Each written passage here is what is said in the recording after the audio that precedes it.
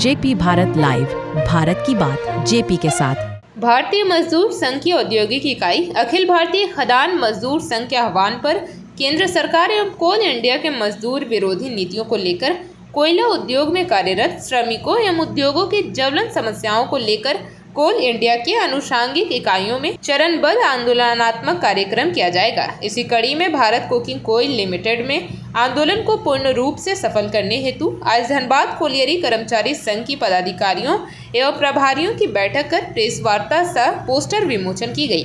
जिसकी अध्यक्षता संघ के अध्यक्ष मुरारी ताती एवं संचालन संघ के महामंत्री उमेश कुमार सिंह ने किया।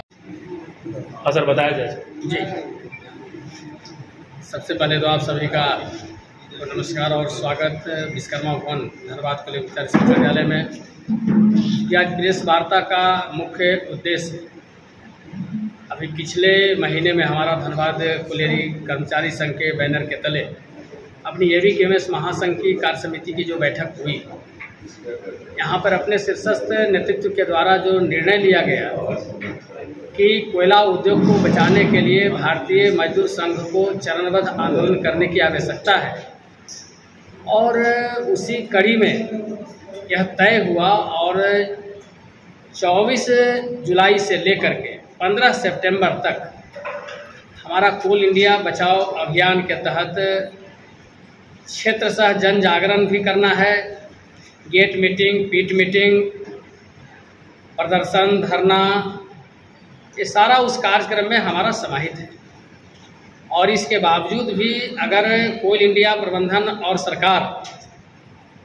ये जो 8 सूत्री मांग है, उस 8 सूत्री मांग पर गंभीरता से विचार अगर नहीं करती है, क्योंकि सारे श्रमिकों से जुड़ा हुआ, कोयला उद्योग से जुड़ा हुआ, जो राष्ट्र के हित में भी है, उद्योग को हित में भी है और मजदूर के हित में भी है, तीनों को हित में ध्यान में रखते हुए इस कार्यक्रम को करने का जो निर्णय लिया गया है, और विशुद्ध रूप से मजदूरों की ताकत के बल पर यह जो कोयला उद्योग में जो अड़ियल रवैये की जो प्रबंधन की जो नीति बन गई है, उस नीति को उनको बैकफुट पर लाना, क्योंकि आप आउटसोर्सिंग के तरफ जो उनका रुझान बढ़ा है, कहीं ना कहीं इस आउटसोर्सिंग के माध्यम से इस कोयला के श्रमिकों का दोहन भी हो रहा है। दोहन इस मामले में हम कह सकते हैं कि आउटसोर्सिंग आप कर तो रहे हैं, लेकिन उस श्रमिकों का भी काफ़ी दोहन हो रहा है, जिनको हाई वेज डिसाइड था HPC वेजेज, वो नहीं मिल पा रहा है। उनके कोई सोशल सिक्योरिटी उनका नहीं है, किसी प्रकार का वह एकदम इतनी बदतर स्थिति में उस श्रमिकों का ज़िंदगी कट रहा है।